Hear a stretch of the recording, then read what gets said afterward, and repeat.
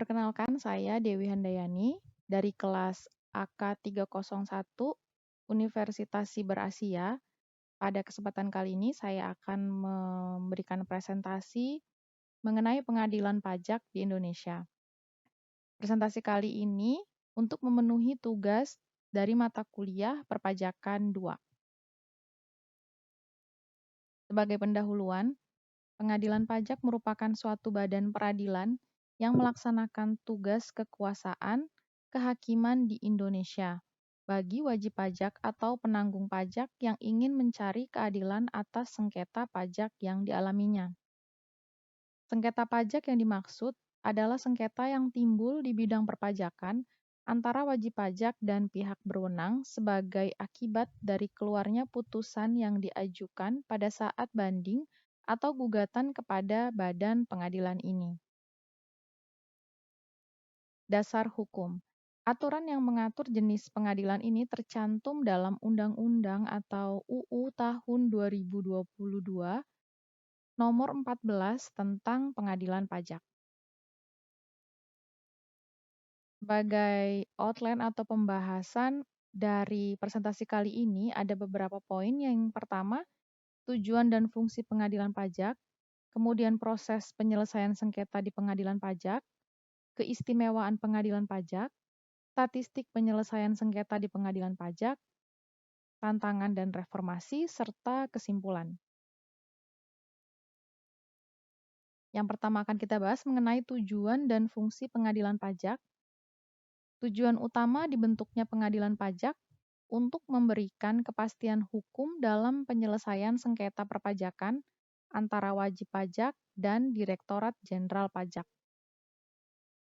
Fungsi dari pengadilan pajak, yang pertama menyelesaikan sengketa perpajakan antara wajib pajak dan Direktorat Jenderal Pajak, memberikan kepastian hukum bagi para pihak yang bersengketa, meningkatkan kepercayaan masyarakat terhadap sistem perpajakan di Indonesia.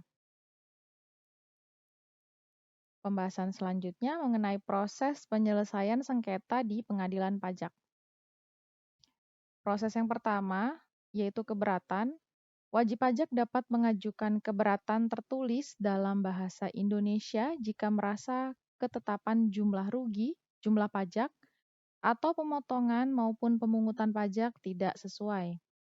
Keberatan diajukan dalam jangka waktu 3 bulan sejak tanggal dikirim surat ketetapan pajak atau sejak tanggal pemotongan atau pemungutan pajak secara tertulis. Keberatan harus disertai alasan yang menjadi dasar penghitungan. Keberatan ini diajukan pada Direktur Jenderal Pajak. Proses yang kedua, banding. Wajib pajak dapat mengajukan permohonan banding hanya kepada pengadilan pajak atas surat keputusan keberatan. Banding dilakukan setelah keberatan ditolak oleh Direktur Jenderal Pajak. Pengadilan pajak merupakan lembaga penyelesaian sengketa pajak yang dibentuk sesuai amanat Undang-Undang KUP. Pengadilan pajak adalah pengadilan tingkat pertama dan terakhir dalam memeriksa dan memutus sengketa pajak. Proses yang ketiga, gugatan. Gugatan diajukan secara tertulis dalam bahasa Indonesia kepada pengadilan pajak. Kemudian pengadilan pajak memeriksa dan memutus sengketa pajak. Gugatan dapat berupa banding ataupun gugatan. Proses yang keempat, peninjauan kembali. Permohonan peninjauan kembali hanya dapat dilakukan 1 kali kepada Mahkamah Agung melalui pengadilan pajak. Peninjauan kembali bertujuan untuk menguji kembali putusan yang telah diambil. Dengan proses ini, pengadilan pajak berperan penting dalam menyelesaikan sengketa perpajakan dengan cara yang cepat, sederhana, dan berbiaya murah. Pembahasan yang selanjutnya mengenai keistimewaan pengadilan pajak. Yang pertama, spesialisasi dalam sengketa pajak. Jadi pengadilan pajak memiliki fokus khusus pada penyelesaian sengketa perpajakan. Ini memungkinkan para hakim dan stafnya untuk memahami secara mendalam hukum perpajakan dan isu-isu yang terkait. Keistimewaan yang kedua, prosedur cepat dan sederhana. Pengadilan pajak menggunakan prosedur yang cepat, sederhana, dan berbiaya murah. Tujuannya adalah memastikan penyelesaian sengketa tanpa birokrasi yang rumit. Keistimewaan yang ketiga, yaitu independensi. Pengadilan pajak berfungsi sebagai wadah yang independen dan adil bagi pihak-pihak yang bersengketa dalam masalah perpajakan. Keadilan dapat dicari tanpa tekanan dari pihak berwenang. Keistimewaan yang keempat, tidak dapat diajukan gugatan ke peradilan umum. Putusan pengadilan pajak tidak dapat diajukan gugatan ke peradilan umum, peradilan tata usaha negara, atau badan peradilan lainnya. Kecuali jika ada putusan berupa tidak dapat diterima yang berhubungan dengan kewenangan dan kompetensi tertentu. Keistimewaan yang kelima, menghindari konflik lebih lanjut. Dengan adanya pengadilan pajak, sengketa perpajakan dapat diselesaikan secara hukum tanpa harus melibatkan konflik lebih lanjut di luar sistem peradilan pajak. Poin yang akan dibahas selanjutnya mengenai statistik penyelesaian sengketa di pengadilan pajak.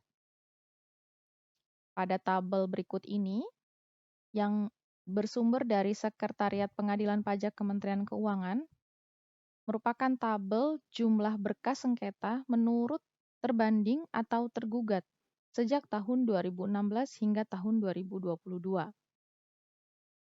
Di mana terbanding atau tergugat dalam hal ini yaitu Dirjen Pajak, Dirjen Bea dan Cukai, serta Pemda. Dan dari tahun 2016 sampai dengan tahun 2022, total jumlah berkas sengketa ini mengalami perubahan ya. Secara umum mengalami peningkatan. Hanya di tahun 2021 dan 2022 mengalami penurunan jumlah berkas. Masih dalam pembahasan statistik penyelesaian sengketa di pengadilan pajak, tabel berikutnya yaitu masih bersumber dari Sekretariat Pengadilan Pajak Kementerian Keuangan. Tabel ini adalah tabel penyelesaian sengketa pajak tahun 2016 hingga tahun 2022 dengan hasil putusannya. Yang pertama pencabutan dan penetapan, kedua tidak dapat diterima, ketiga menolak, 4 menambah pajak yang harus dibayar, 5 mengabulkan sebagian, 6 mengabulkan seluruhnya, serta yang ketujuh membatalkan. Jadi sejak tahun 2016 hingga tahun 2022, penyelesaian sengketa pajak ini juga mengalami peningkatan ya. Sebenarnya mengalami perubahan, tapi puncaknya yaitu di tahun 2022, di mana penyelesaian sengketa pajak banyak 15.561. Berdasarkan data pengadilan pajak pada tabel di halaman sebelumnya, jumlah penyelesaian sengketa pajak pada tahun 2022 mencapai 15.561. Angka ini mengalami peningkatan sebesar 20% dibandingkan dengan tahun 2021 yang hanya memiliki 12.959 sengketa. Hal ini menunjukkan produktivitas dan efisiensi dalam menangani sengketa perpajakan di pengadilan pajak. Berdasarkan laporan kinerja Direktorat Jenderal Pajak atau DJP 2022, di tingkat kemenangan otoritas pajak dalam sengketa atau banding di pengadilan pajak masih rendah. Pada tahun 2022, tingkat kemenangan otoritas pajak berada pada kisaran 44,8%. Meskipun ada peningkatan jumlah penyelesaian sengketa pajak, namun tingkat kemenangan ini menunjukkan tantangan dalam memenangkan kasus-kasus perpajakan di pengadilan. Selain itu, Ditjen Bea dan Cukai atau DJBC juga mencatat tingkat kemenangan otoritas pada sengketa banding dan gugatan di pengadilan pajak. Pada tahun 2022, tingkat kemenangan DJBC mencapai 64,03%.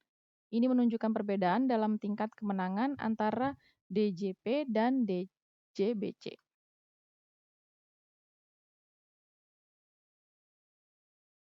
Pembahasan yang berikutnya mengenai tantangan dan reformasi. Tantangan yang pertama, kompleksitas sengketa pajak. Sengketa perpajakan seringkali melibatkan hukum yang kompleks dan beragam. Pengadilan pajak harus mampu mengatasi berbagai jenis kasus, termasuk yang melibatkan perusahaan besar, individu, dan sektor-sektor khusus. Tantangan yang selanjutnya berupa keterbatasan sumber daya. Pengadilan pajak memerlukan sumber daya yang memadai termasuk hakim, staf, dan infrastruktur. Keterbatasan anggaran dan personel dapat mempengaruhi efisiensi dan kecepatan penyelesaian sengketa. Tantangan yang ketiga, teknologi dan inovasi. Penggunaan teknologi dan inovasi dapat meningkatkan efisiensi proses peradilan. Pengadilan pajak perlu memperbarui sistem administrasi dan pelaporan untuk mengurangi birokrasi dan mempercepat penyelesaian sengketa. Tantangan yang keempat, transparansi dan akuntabilitas. Reformasi peradilan perpajakan harus memastikan transparansi dalam proses pengadilan. Akuntabilitas hakim dan staf perlu diperkuat untuk memastikan integritas sistem peradilan. Tantangan yang kelima, pendidikan dan pelatihan. Hakim dan staf pengadilan pajak perlu terus mengikuti pelatihan dan pendidikan tentang hukum perpajakan. Pengetahuan yang mutakhir akan membantu dalam menghadapi tantangan baru.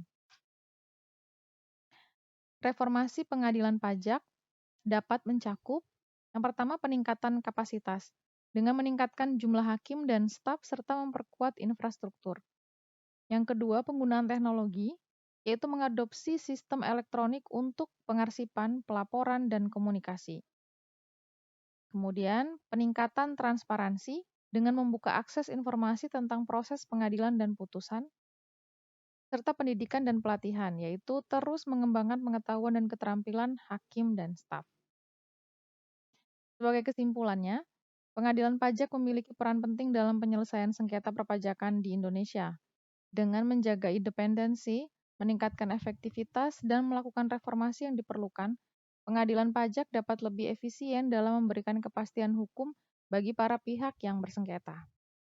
Berikut adalah daftar referensi dari materi presentasi kali ini. Sekian dan terima kasih.